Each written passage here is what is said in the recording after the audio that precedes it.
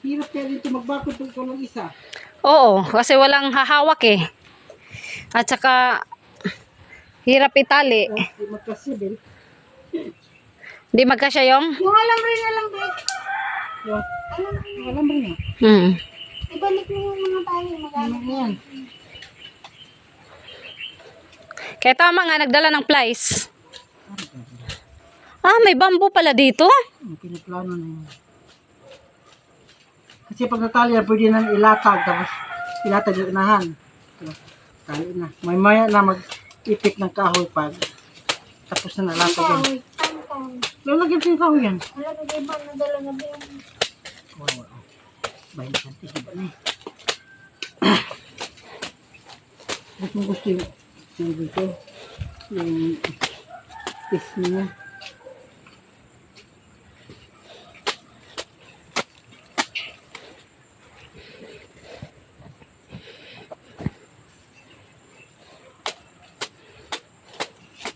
Tapos kabila kasi yung piribasi dun pag natutuan ka. At saka ano, pangit. Saan? Doon, kaya nga umayaw ako eh. Meron sana kami dun eh. Magkatabi-tabi kami, anim kami dun. Doon sa barangay?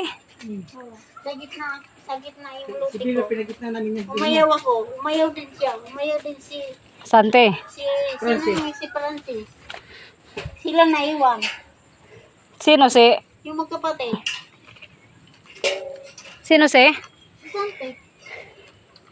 Si Sante at saka yung isa. Kapatid niya.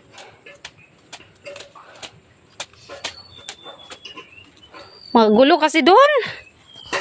Maingay doon.